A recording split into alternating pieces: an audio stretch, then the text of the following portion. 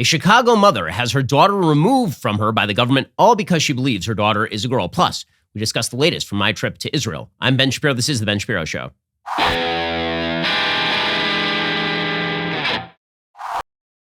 The Ben Shapiro Show is sponsored by ExpressVPN. Protect your data the way that I do. Check it out over at expressvpn.com/Ben. President of the Heritage Foundation, Kevin Roberts, is now fighting back against some of the more libertarian-oriented members of the conservative movement and pointing out that traditional marriage is still a pretty damned important thing in society.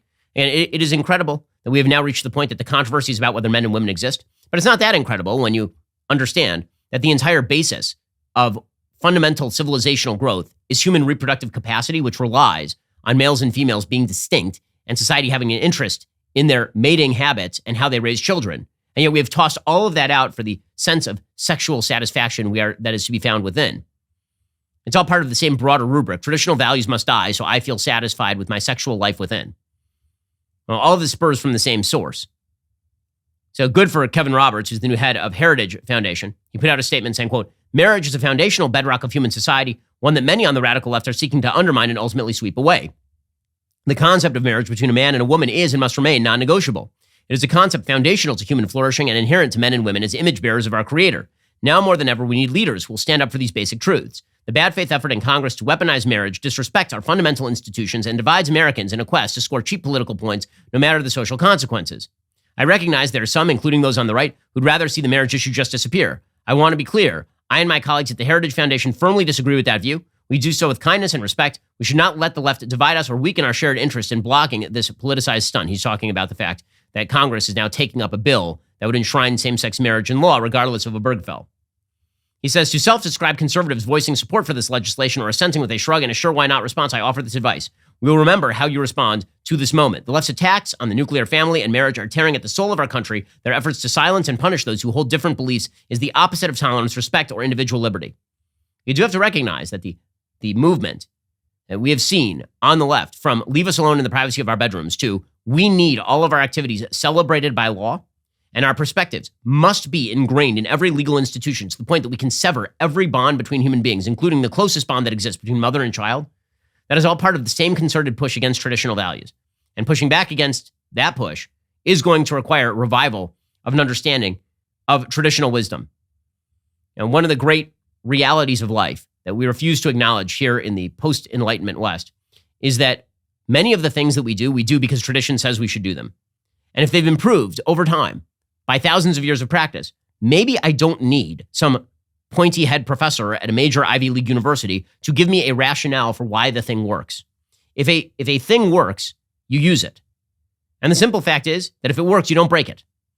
And yet the entire premise of the left is that if you can't explain it, they break it. And even if you can explain it, they break it, is the reality. Because all that matters to them is the end outcome, which again is this perversely narcissistic notion that the only thing that matters in life is how you identify to the world, and the rest of the world is forced to comply, up to and including your parents, against actual biology.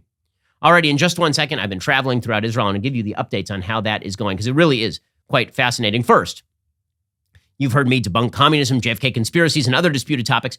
What I haven't debunked yet is the lies surrounding store-bought meat. Grocery stores and leftists will tell you to buy the grass-fed, super omega, morally superior, equity-bringing, live your truth beef, pushing the lie those labels mean anything at all. Well, they don't mean anything at all. In fact, those labels are often slapped on products imported from overseas with more frequent flyer miles than you have. Here is the label that actually matters. 100% American meat. Good Ranchers has it.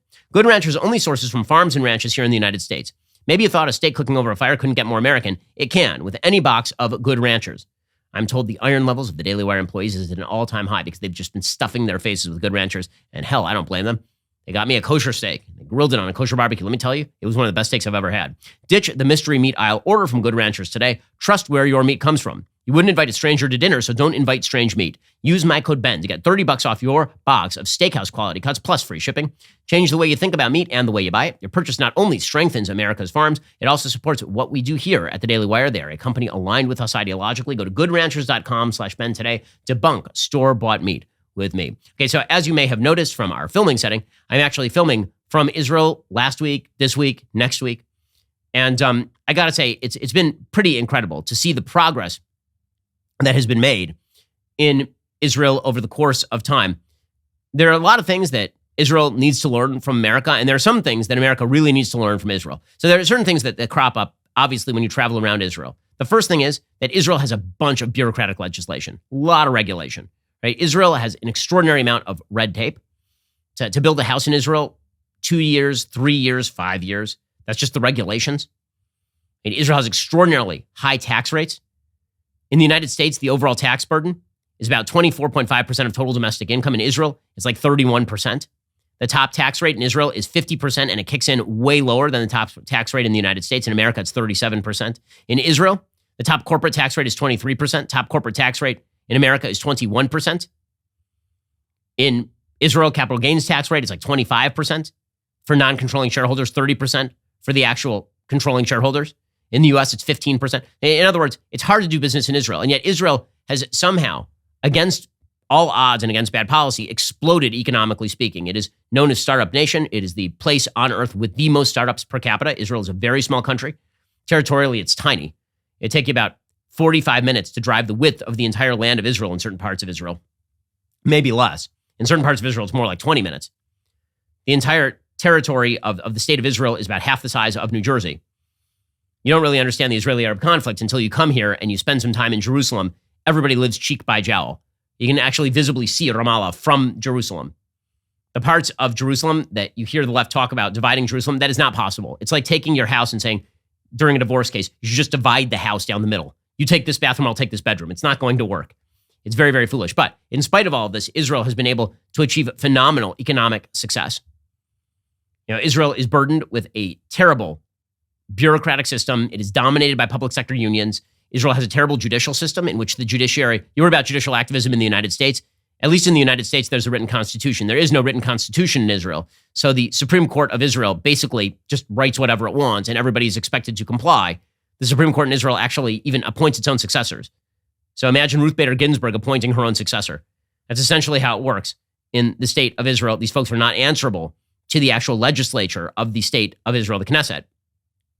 Despite all these problems, Israel has seen a lot of success. So what Israel needs to learn from America is obviously how to run their government better. Free markets, allowing people to keep more of what they earn, building more, less regulation, right? All those things are necessary. America is actually, you don't realize how well run a country America is, particularly in red states like Florida where I live, until you come to a place like Israel, which is not particularly well run. You can always tell the difference between, how well run a country is by how many people you have to know to get something done. Israel is still, because it's a small country and because it's still relatively new, it's only 74 years old. Because of that, you still sometimes have to call the brother-in-law who knows somebody over at one of the ministries in order to get something done. But in spite of that, Israel has grown at an extraordinary pace. And more than that, Israel has a healthy and vibrant social fabric. So there are lots of divisions in the state of Israel between the religious and the non-religious, between the people who live in Judea and Samaria and the people who live in Tel Aviv, between Arab and Israeli, right? These are all real divisions. But the reproduction rate in Israel is way higher than any place else in the Western world. The reproduction rate in Israel, including in the secular areas, is well above replacement rates. Like, kids are a priority in the state of Israel. The reproduction rate in Judea and Samaria, which are the most biblically historic parts of Israel, right? That'd be like Hebron, Ephrat, all those areas. There are hundreds of thousands of Jews live over there. So supposedly outside, quote unquote, Green Line Israel, the disputed territories. The reproduction rate there is 4.6 kids per family, which is extraordinary. In the United States, the number is 1.6. In Tel Aviv, which is the most secular area of Israel, Tel Aviv has a reproduction rate of 2.4, 2.5.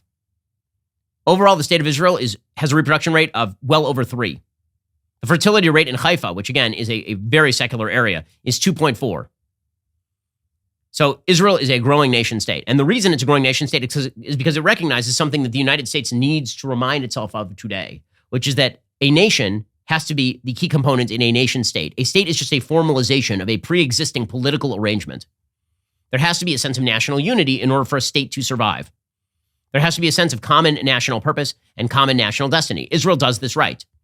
That is because Israel, obviously the Jews in Israel, have a common history.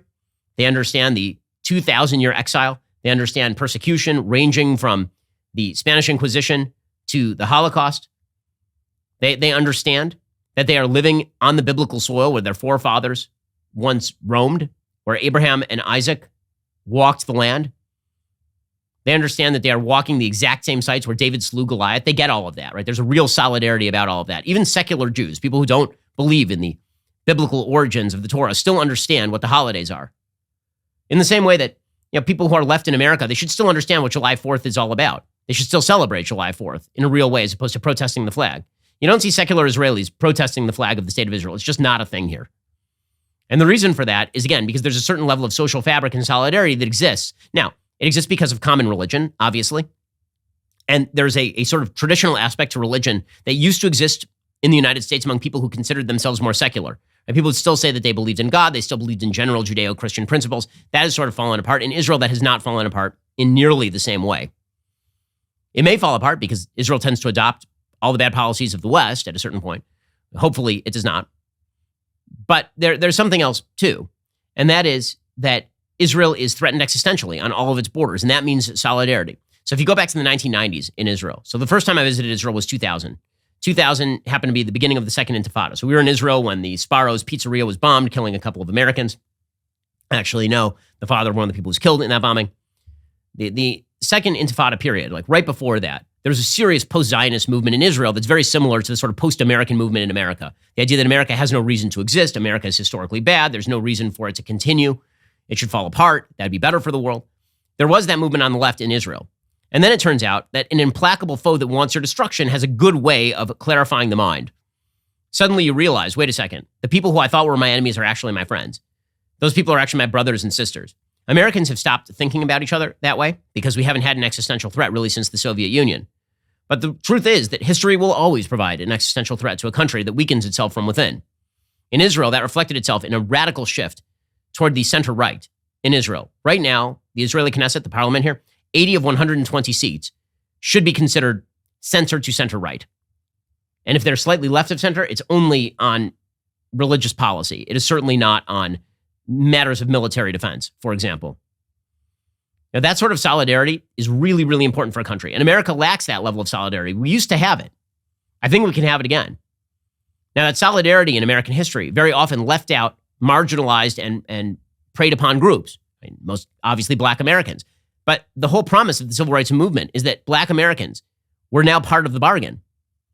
And then the left has said that they can't be part of the bargain, that nobody can be part of the bargain because the bargain's a lie. That's not true. The bargain is there for all Americans to take advantage of. It's why Hispanics are shifting in a more Republican conservative direction, because they don't believe the lie that the left is selling. America needs to find the sort of social solidarity, the reason for national existence that Israel has. Israel understands its purpose. It's to preserve the Jewish people. It's to preserve a future for a people that has been historically persecuted. It is to provide freedom for all of its citizens, including Arab citizens. Right? That is its goal. And there's a reason for it to exist, and it needs to exist. If Americans can't explain why America needs to exist, needs to, not should, needs to, then America is going to fall apart. And what that means is we need to rediscover our national purpose. That national purpose is embedded in the Declaration of Independence. It's the idea that there are rights that pre-exist government and are guaranteed by the government. It's the idea that there is a tradition common to the vast majority of Americans rooted in Judeo-Christian virtue. It doesn't require you to go to church, but you have to understand where those virtues came from. That you have more in common with your neighbor than you have that differentiates you from your neighbor. As the left pushes, this is why I think the final battle in the United States has to be over social policy. Really, not even economic or foreign policy. Because the things that bind us are going to be things like how we view the nuclear family, how we view male and female, how we view the basic institutions necessary for a free society, the little platoons Edmund Burke talked about.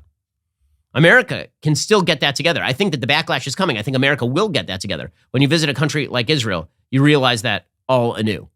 And I think it is well worthwhile for people to take note of what Israel is doing right and what it's doing wrong, because it has a lot of lessons for places like the United States. Alrighty, we'll be back here next week with much, much more content. In the meantime, rest up over the weekend. Enjoy it. We'll be back here on Monday. This is The Ben Shapiro Show.